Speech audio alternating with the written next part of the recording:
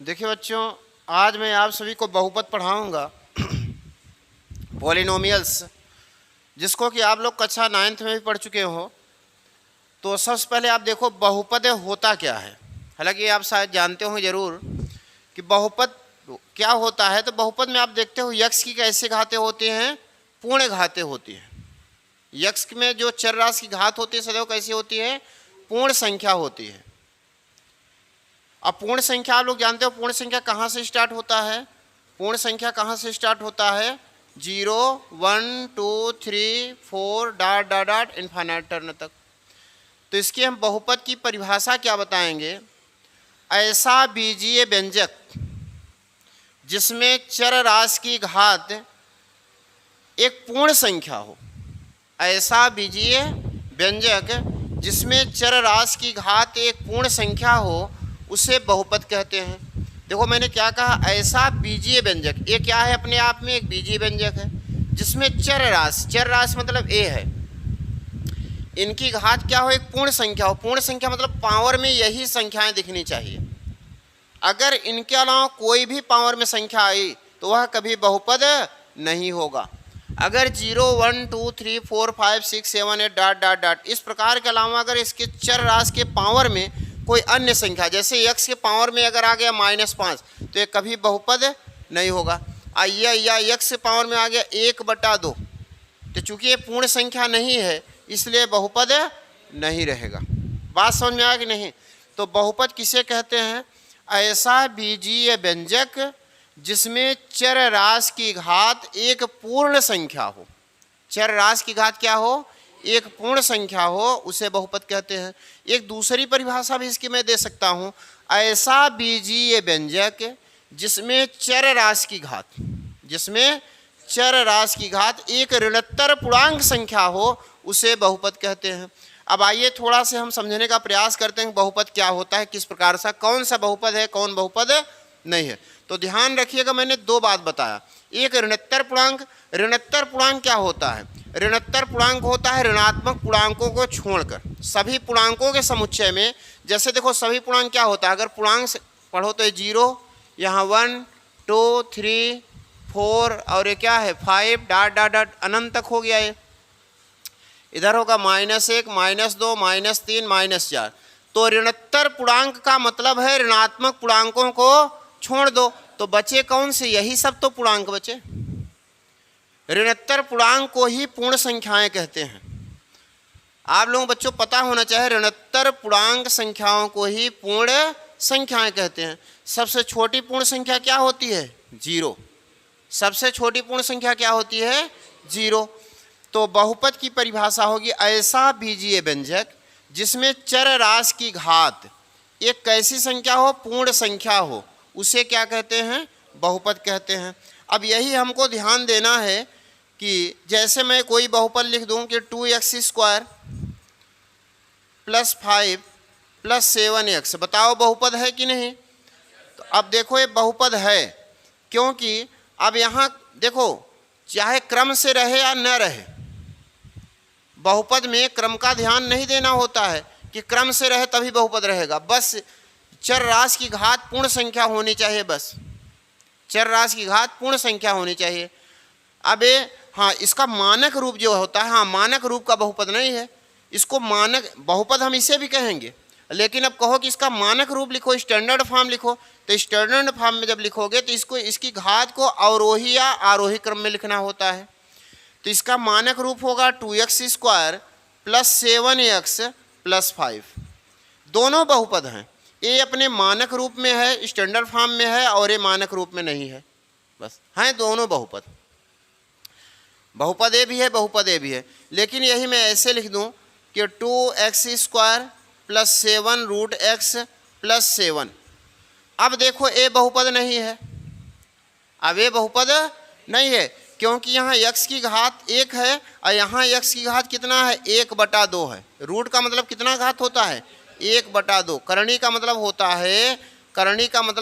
है 1/2 घात। क्या होता है, 1/2 घात।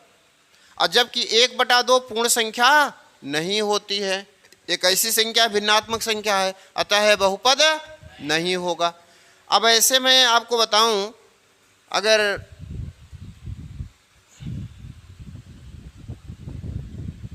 एक मिनट,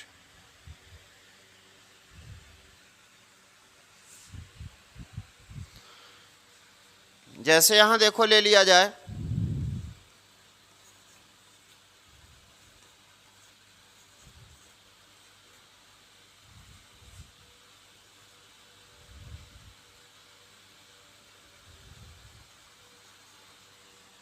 अब देखो ये बहुपद है कि नहीं। अब ये बहुपद नहीं है, क्यों नहीं है? क्योंकि यहाँ x पे तो घात क्या है, 3 है, यहाँ x पे घात कितनी है, 2 है। लेकिन यहाँ आप कहोगे सर जी यहाँ भी तो घात 1 है x पर, लेकिन ये x पे घात 1 नहीं है, क्योंकि x को जब हम ये ऊपर ले जाएंगे इसको, तो x पे घात कितना हो जाएगा, -1 हो जाएगा। तो जब x पे घात माइनस हो जाएगी तो ये पूर्ण संख्या -1 पूर्ण संख्या नहीं होती, इसलिए बहुपद नहीं रह जाएगा। बात समझ में आया कि नहीं? क्योंकि यहाँ x पे क्या हो गया, अगर नीचे घात +1 है तो ऊपर जाए क्या हो जाएगा, -1। अब ऐसे देखिए, ऐसे जब थोड़ा कठिन बहुपद बनाएगा तो एक बहुपद और देखिए, जैसे इसी प्रकार का मैं एक बनाऊं कि 7x² 2x + 5, अब बटे यहाँ लगा दूं x²। बोलिए बहुपद है कि नहीं? ये भी बहुपद नहीं है। क्यों नहीं है? देखिए, क्योंकि जब x² से डिवाइड करोगे ना तो यहाँ तो घात कितना बनेगी, x² में 1 से भाग दोगे केवल 7 मिलेगा, और इसमें क्या हो जाएगा, यहाँ x की घात 1 है, यहाँ क्या है 2। अब भाग करते समय समान आधार की घात आपस में घट जाती है, तो 1 में से 2 घात घटाओगे तो x की घात क्या हो जाएगी, -1, और यहाँ क्या हो जाएगा 5x⁻², तो ये भी बहुपद नहीं होगा। जैसे ऐसे मैं लिख दूँ 7x + √5x² + 2, बोलिए बहुपद है कि नहीं? ये बहुपद है। आपको केवल x की घात देखना है, यहाँ x की घात 1 है, यहाँ x की घात 2 है, यहाँ x की घात क्या कही जाएगी, 0। ये 100% बहुपद है। आप लोग करणी से न डरिए, करणी यहाँ देखो, मैंने कहा कि जो चर राशि की घात, देखो मैंने क्या कहा, चर राशि की घात जो है, चर राशि की घात कैसी होनी चाहिए, पूर्ण संख्या होनी चाहिए। तो चर राशि हमारी जो x है इसकी घात क्या है, पूर्ण संख्या ही तो है। यहाँ पूर्ण संख्या 1 आई है, यहाँ पूर्ण संख्या 2, और यहाँ पूर्ण संख्या क्या है, 0, इसलिए क्या है, बहुपद है। चर राशि की घात पूर्ण संख्या के अलावा कुछ भी आ गई तो वह बहुपद नहीं होगा। चलिए मैं कुछ और क्वेश्चन लिखता हूँ इसी प्रकार से। देखो जैसे यहाँ लिख दिया जाए 2x³ 7x² - 5x + 2,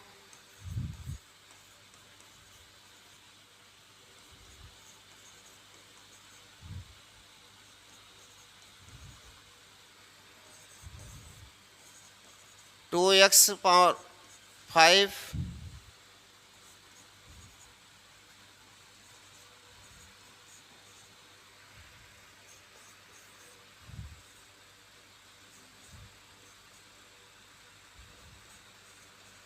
देखिएगा।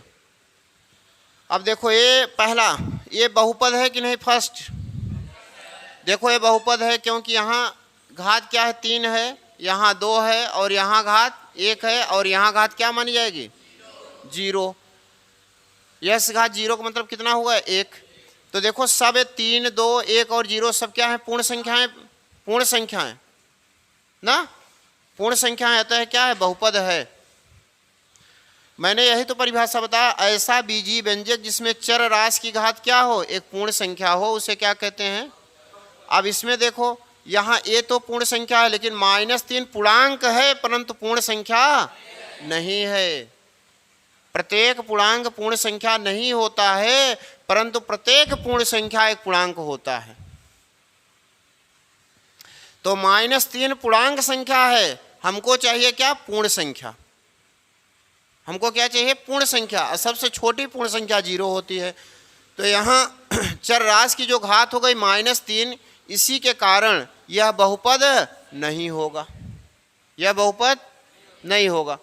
अब यहाँ देखो x घात 5 है, यहाँ x पे कितनी पावर है 5/2। बताओ क्या यह पूर्ण संख्या है? नहीं पूर्ण संख्या है। 5/2 पूर्ण संख्या नहीं होते, भिन्नात्मक संख्या, अतः यह भी बहुपद नहीं होगा। अब इसके बाद देखो यहाँ 2x है और यहाँ x पे घात देखो बेटा, यहाँ तो +1 है, लेकिन यही घात जब ऊपर जाएगी तो x पे कितनी घात हो जाएगी?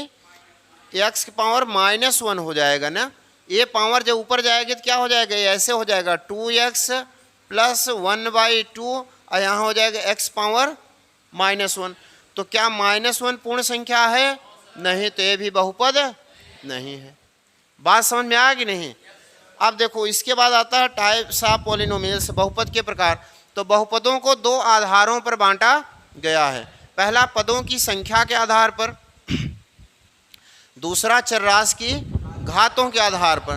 तो देखो पदों की संख्या के आधार बहुपद कई प्रकार के होते हैं। ऐसा बहुपद जिसमें केवल एक पद होगा उसे क्या कहते हैं?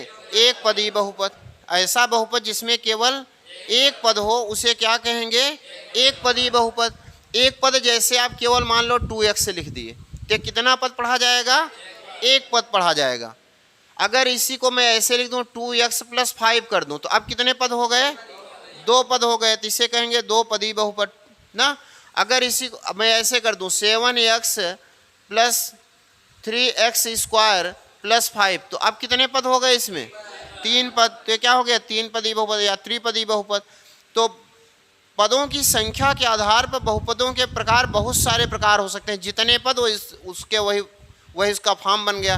एक पद है तो एक पदी बहुपद, 2 पद हैं तो द्विपदी बहुपद, 3 पद हैं तो त्रिपदी बहुपद, 4 पद हैं तो चतुर्थपदी बहुपद। अब पदों की संख्या का जो अलगाव होता है वह प्लस या माइनस चिन्ह से होता है। गुणा के चिन्ह से पदों की संख्या अलगाव नहीं होता। ये मत सोचिए कि अगर 7x लिखा है तो इसमें 2 पद हैं, एक ही पद माना जाएगा। लेकिन अगर 7 और x के बीच में प्लस या माइनस का चिन्ह आ जाए तब ये 2 पद हो जाएंगे। तब कितने पद हो जाएंगे? 2 पद। तो पदों की जो संख्या का अलगाव है किससे होता है? प्लस या माइनस से होता है। गुणा या भाग से पदों की संख्या का अलगाव नहीं होता है। आई बात समझ में? अब घातों के आधार पर बहुपद कैसे होते हैं? अब देखो घातों के आधार पर, चरराशि की घातों के आधार पर भी बहुपद कई प्रकार के होते हैं। जैसे क्या होता है? पहला होता है अचर बहुपद। क्या होता है? अचर बहुपद। क्या है? अचर बहुपद। अचर बहुपद उसे कहते हैं जैसे मैं केवल यह 5 लिख दूं, क्या है? अचर बहुपद। मैं केवल 7 लिख दूं, क्या है? अचर बहुपद। मैं लिख दूं 10 लिख दूं, क्या है? अचर बहुपद। तो अचर बहुपद में क्या होता है? इसमें हम देखो x के पावर क्या लिख सकते हैं? 0। इसमें भी x पावर क्या लिख सकते हैं? 0। इसके साथ भी x पावर क्या लगा दे? 0। आप जानते हो किसी संख्या पर घात 0 हो तो उसका मान कितना होता है? 1 होता है। लेकिन याद रखना ये रूल तब होता है जब x does not equal to 0। अगर 0 पर पावर 0 होगा तब उसका मान 1 नहीं होगा। याद रखना बेटा, यह रूल तब पढ़ाया जाता है किसी संख्या पर घात 0 हो तो उसका मान 1। लेकिन कब? जब x का मान 0 के बराबर न हो। क्योंकि अगर 0 पे घात 0 हो गया तो उसका मान फिर तो 0 हो जाएगा। समझ रहे हो ना? उसे अनडिफाइंड वैल्यू कह देते हैं। हालांकि अनडिफाइंड वैल्यू आपके सिलेबस से बाहर है तो आप इतना जानो क्या हो जाएगा? 0 हो जाएगा उस कंडीशन में। लेकिन अगर यह इसके 0 के अलावा कोई संख्या, जैसे मैं कह दूं 1 पे पावर 0 तो इसका मान क्या होगा? 1 होगा। 2 के पावर 0 क्या होगा? 1 होगा। कि तो किसी भी संख्या पर घात 0 है तो उसका मान क्या रहेगा? 1 रहता है। किसी भी संख्या पर घात 0 है तो उसका मान क्या होगा? 0 होगा, सॉरी 1 होगा। ऐसे 5 की घात 0 हो तो इसका मान क्या होगा? 1 होगा। इसी प्रकार x पावर 0 हो जाए तो क्या होगा? 1 होगा। तो ये बात समझ में आया? तो अब यहाँ से देखो तो अचर बहुपद क्या होता है? ऐसा बहुपद जिसमें चर राशि की घात क्या हो? 0 हो। ऐसा बहुपद जिसमें चर राशि की घात क्या हो बेटा? 0 हो, उसे अचर बहुपद कहते हैं। मैंने क्या बताया? ऐसा बहुपद जिसमें चर राशि की घात क्या हो? चर राशि की घात। चर राशि की घात कितना हो बेटा? 0 हो तो उसे क्या कहेंगे? अचर बहुपद। उसे क्या कहेंगे? अचर बहुपद। जिसमें चर राशि की घात 0 हो उसे हम क्या कहेंगे? अचर बहुपद। और रैखिक बहुपद क्या होगा? रैखिक बहुपद ऐसा बहुपद जिसमें चर राशि की घात कितनी हो? चर राशि की घात 1 हो। ऐसा बहुपद जिसमें चर राशि की सबसे बड़ी घात 1 हो। ध्यान देना, यहाँ पर सबसे बड़ी शब्द भी बोलना पड़ेगा। ऐसा बहुपद जिसमें चर राशि की सबसे बड़ी घात 0 हो उसे क्या कहेंगे? अचर बहुपद। और यहाँ रैखिक बहुपद में ऐसा बहुपद जिसमें चर राशि की सबसे बड़ी घात, चर राशि की यहाँ सबसे बड़ी घात, सबसे बड़ी घात, यहाँ भी होगा चर राशि की सबसे बड़ी घात लिखना होगा। सबसे बड़ी घात क्या हो? 1 हो। जैसे मैं लिख दूँ 2x + 5 बराबर 2x + 5, तो यहाँ चर राशि की सबसे बड़ी घात क्या है? 1 है, तो यह रैखिक बहुपद है। केवल एक घात नहीं देखना है, बल्कि वह घात सबसे बड़ी घात 1 हो। क्योंकि अगर मैं ये लिख दिया 2x² 7x + 5, तो ये बेटा रैखिक बहुपद नहीं होगा। कि कह दो सर जी इसमें भी चर राशि की घात 1 है तो रैखिक बहुपद। मैंने कहा चर राशि की सबसे बड़ी घात कितना हो? 1 हो। अब बट इसमें चर राशि की सबसे बड़ी घात कितना है? 2 है, तो यह रैखिक नहीं बल्कि क्या हो जाएगा? द्विघात बहुपद हो जाएगा। क्या हो जाएगा? द्विघात। तो ऐसा बहुपद जिसमें चर राशि की सबसे बड़ी घात 0 होती है उसे अचर बहुपद कहते हैं। ऐसा बहुपद जिसमें चर राशि की सबसे बड़ी घात 1 होती है उसे रैखिक बहुपद कहते हैं। ऐसा बहुपद जिसमें चर राशि की सबसे बड़ी घात 2 होती है उसे द्विघात बहुपद कहते हैं। ऐसा बहुपद जिसमें चर राशि की सबसे बड़ी घात 3 होती है उसे त्रिघात बहुपद कहते हैं। ऐसा बहुपद जिसमें चर राशि की सबसे बड़ी घात 4 होती है उसे चतुर्घात बहुपद कहते हैं। बात समझ में आया कि नहीं? बस यही होता है बहुपद में। अब एक होता है शून्य बहुपद, एक आता है शून्य बहुपद। तो ऐसा बहुपद जिसके सभी पदों के गुणांक शून्य होते हैं उसे क्या कहते हैं? शून्य बहुपद। तो ऐसा बहुपद जिसमें सभी पदों के गुणांक क्या होते हैं? शून्य होते हैं, उसे क्या कहते हैं? शून्य बहुपद। अब आता है बहुपद के शून्यकों तथा गुणांकों के बीच संबंध। तो पहले बहुपद के शून्यक क्या होते हैं देख लिया जाए। पहले देख लिया जाए बहुपद के शून्यक क्या होते हैं। बहुपद के शून्यक, देखो शून्यक क्या होता है बहुपद का, ये इसको समझिए। बहुपद का शून्यक तो जैसे है x² + 4x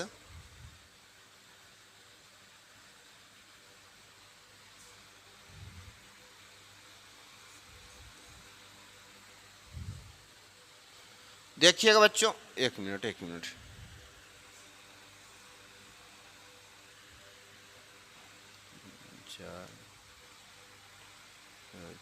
8 4 12। देखो क्या करेंगे, शून्यक की परिभाषा आपको बताने जा रहा हूं, समझिएगा। ऐसा हाँ बहुपद के शून्यक, किसी बहुपद में, ये क्या है? एक बहुपद है।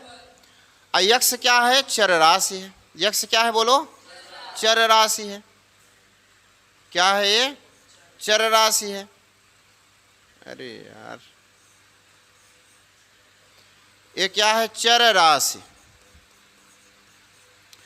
किसी बहुपद में चर राशि का वह मान, चर राशि का वह मान जिस पर उस बहुपद का मान कितना हो जाए? 0 हो जाए, तो चर राशि के उस मान को उस बहुपद का शून्यक कहते हैं।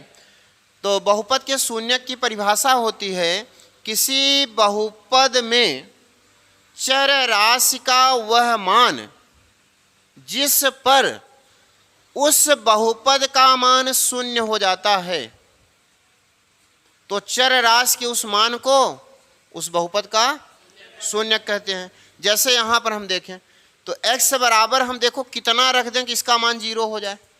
और थोड़ा से चेक करें कि x बराबर कितना रखने पर इसका मान 0 हो जाएगा। तो देखो क्या x बराबर 1 रखने पर इस पूरे बहुपद का मान 0 हो जाएगा।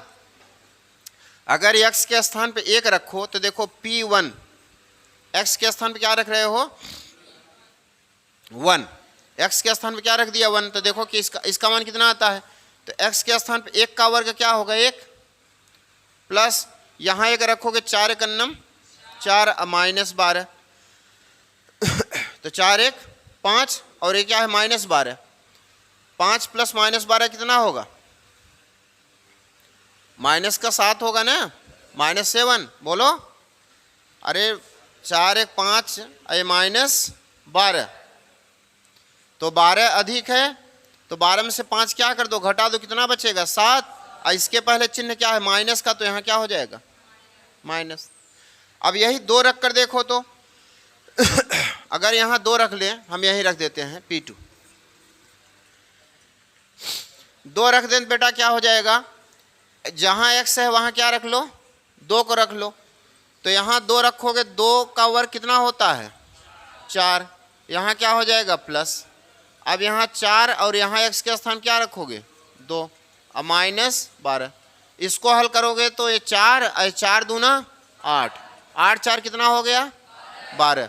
देखो ये भी ध्यान रखना कैसे हल करते हैं, गलती न कर देना कि पहले 4 4 जोड़ दो क्या हो जाए 8, 8 दूना कर दो 16, ये गलत काम न करना। कैलकुलेशन करते समय पहले गुणा को हल करते हैं, पहले किसको करते हैं गुणा को, तो ये 4 रहेगा, 4 दूना क्या होगा 8 और -12, ये 8 4 12, ये भी -12 क्या हो गया 0, तो पूरे बहुपद का मान क्या हो गया 0 हो गया, पूरे बहुपद का मान 0 हो गया। समझ में आया, तो क्या हो जाएगा, तो किस वैल्यू पर 0 हुआ, x बराबर 2 पर 0 हुआ, तो x बराबर 2 इसका क्या हो गया एक शून्यक हो गया। नहीं समझ में आया, देखो मैंने क्या बताया, x बराबर 2 रखने पर, x बराबर 2 रखने पर इस पूरे बहुपद का मान कितना हो गया 0 हो गया, तो x बराबर 2 इसका क्या कहलाएगा शून्यक कहलाएगा। बात समझ में आ गई नहीं, x बराबर 2 रखने पर इसका मान क्या हुआ है 0, तो परिभाषा हम क्या बताएंगे शून्यक के, किसी बहुपद में चर राशि का वह मान जिस पर बहुपद का मान शून्य हो जाता है, जिस पर बहुपद का मान शून्य हो जाता है, तो चर राशि के उस मान को, तो चर राशि के उस मान को उस बहुपद का शून्यक कहते हैं, उस बहुपद का शून्यक कहते हैं। ये बात समझ में आया कि नहीं। अब देखो, अब जैसे किसी बहुपद का शून्यक आपसे पूछे तो आप कैसे निकालोगे, मान लो यही सवाल आ जाए,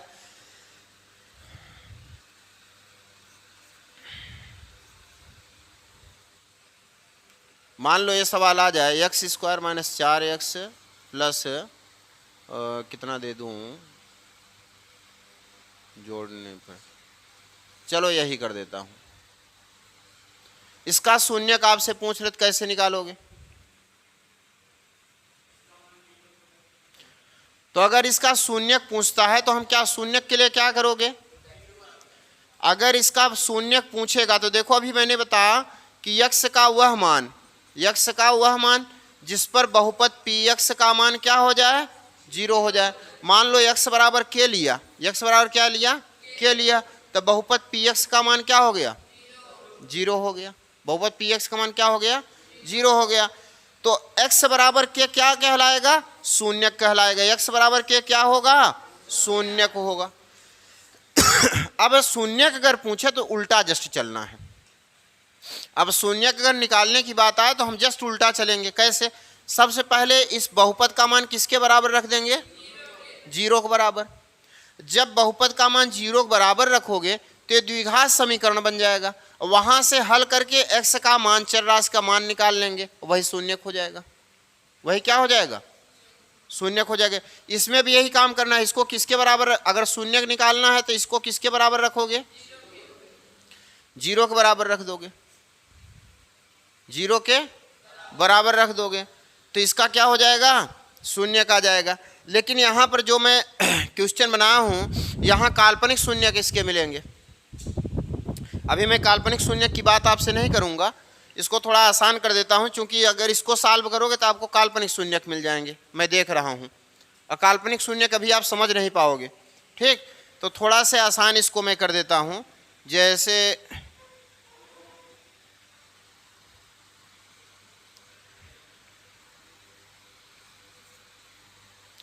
चले इसको देखिए, इसका शून्य कैसे निकालोगे शून्य। तो इसको क्या करोगे, अगर इसका शून्यक निकालना है तो सबसे पहले इसका मान किसके बराबर करोगे, 0 के बराबर करोगे। तब इसको हल करोगे, देखोगे क्या हो गया।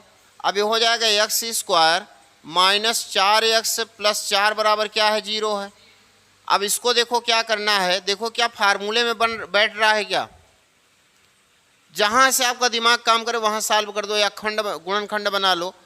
तो गुणनखंड ही बना सकते हो कि 4 के 2 ऐसे खंड लो कि गुणा करें तो 4 आए, और यहाँ प्लस है तो जोड़ने पर भी कितना आना चाहिए, 4 भी आना चाहिए। तो आप देखोगे 2 में 2 जोड़ो तो भी 4 हो रहा है, और 2 में 2 से गुणा करो तो भी 4 हो रहा है।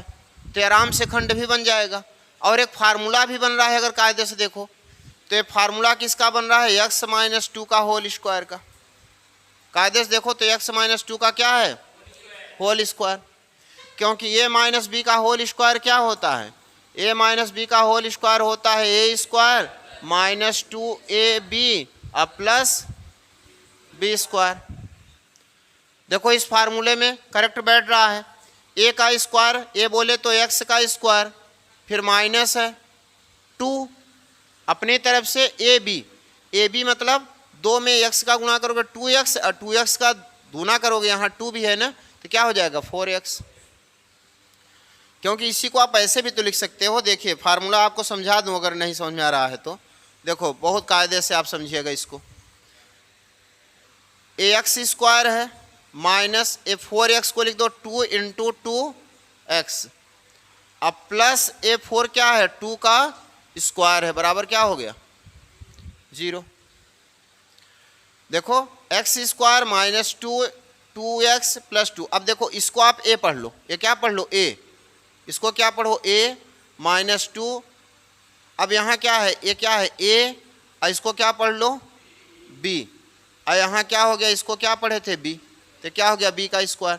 तो देखो इसको लिख सकते हो यहाँ इसको a पढ़े हो तो a का स्क्वायर वर्ग है ना, तो a स्क्वायर माइनस 2ab, ये क्या हो गया ab प्लस बी स्क्वायर। किसका फार्मूला है, a माइनस बी का होल स्क्वायर। तो यहाँ से डायरेक्ट बन गया किसका, x माइनस 2 का होल स्क्वायर बराबर 0। तो x बराबर क्या मिल गया 2, x बराबर क्या मिल गया 2 मिल गया। तो x बराबर 2 इसका क्या हो गया, शून्यक हो गया। अब मैंने बताया किसी बहुपद के अधिकतम कितने शून्यक होते हैं, जितनी उसकी घात होती है सबसे बड़ी घात। अगर n घातीय बहुपद है तो उसके अधिक से अधिक कितने n शून्यक होंगे। जैसे यहाँ द्विघात बहुपद है तो इसके अधिक से अधिक कितने शून्यक होंगे, 2 शून्यक होंगे। और कम से कम कितने शून्यक होंगे, हाँ कम से कम शून्यक क्या होंगे, हाँ। तो देखो कम से कम उसका शून्यक क्या होगा 0, पूर्ण संख्या के बराबर। तो वही बात। तो अब देखो क्या करेंगे, अधिक से अधिक कितने n शून्यक होंगे, ठीक। तो यहाँ पर 2 घात है तो इसका शून्यक क्या हो सकता है, 2 भी हो सकता है, 1 भी हो सकता है ना। अच्छा ये मत सोचना कि x बराबर 0 आ जाए तो इसके 0 शून्यक हुए। x बराबर 0 भी इसका क्या है, 1 शून्यक है। आप लोग कहीं ये गलती समझने की भूल ना करना कि कहीं से निकालने में x बराबर 0 आ जाए तो कह दो इसके कितने शून्यक हैं, 1 भी शून्यक नहीं है। तो x बराबर 0 भी तो 1 शून्यक है। बात समझ में आई। तो आज के लिए यहीं पर क्लास इन।